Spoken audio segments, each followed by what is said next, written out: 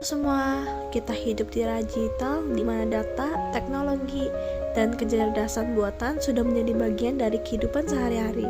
Tapi di balik inovasi yang mengagumkan ini, ada tantangan besar yang sering luput dari perhatian etika di bisnis digital.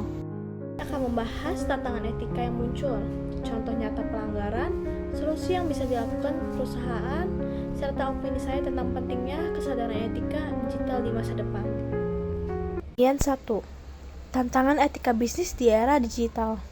Ada beberapa tantangan utama dalam etika bisnis di era digital. 1. Pelanggaran privasi data. Banyak aplikasi dan situs web mengumpulkan data pribadi tanpa sepengetahuan pengguna, misalnya lokasi, preferensi, bahkan percakapan. Jika disalahgunakan, data ini bisa dijual atau dipakai untuk manipulasi.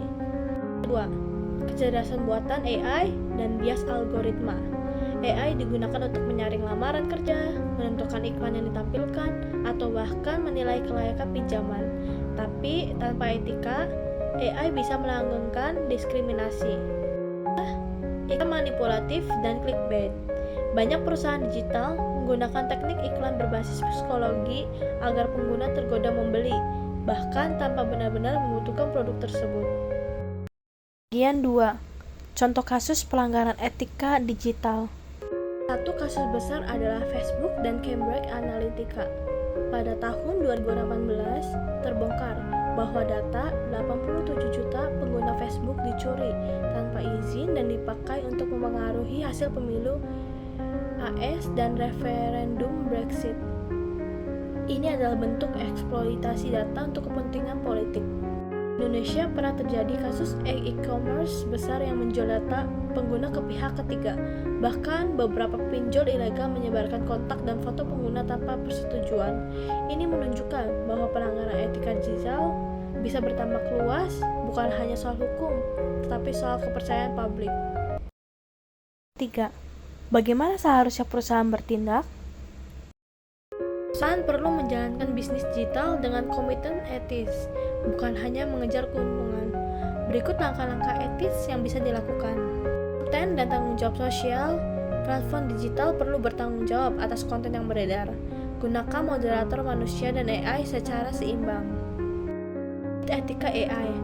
Uji algoritma secara berkala untuk mencegah diskriminasi dan bias. Libatkan tim multidisiplin, termasuk ahli etika. Parasi penggunaan data. Gunakan bahasa yang jelas dalam kebijakan privasi.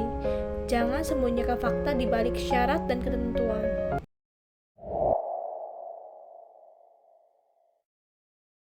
4. Opini pribadi dan refleksi masa depan. Menurut saya, kesadaran akan etika digital adalah hal yang sangat penting dan mendesak. Teknologi terus berkembang, tapi nilai kemanusiaan seperti kejujuran, empati, dan tanggung jawab tidak boleh tertinggal. Kita akan menghadapi tantangan yang lebih rumit, deepfake, kecerdasan buatan super canggih, hingga dunia metaverse. Jika dari sekarang kita tidak membangun fondasi etis, maka generasi berikutnya akan hidup di dunia digital yang tak terkontrol. Saya percaya bahwa kesadaran etika digital bukan hanya tugas perusahaan, tetapi juga tugas kita semua sebagai pengguna, pengembang, dan warga digital. Terima kasih telah menyaksikan. Mari bangun masa depan digital yang adil, transparan, dan bertanggung jawab. Etika bukan sekedar aturan, tapi cermin dari siapa kita sebagai manusia di dunia digital. Sampai jumpa.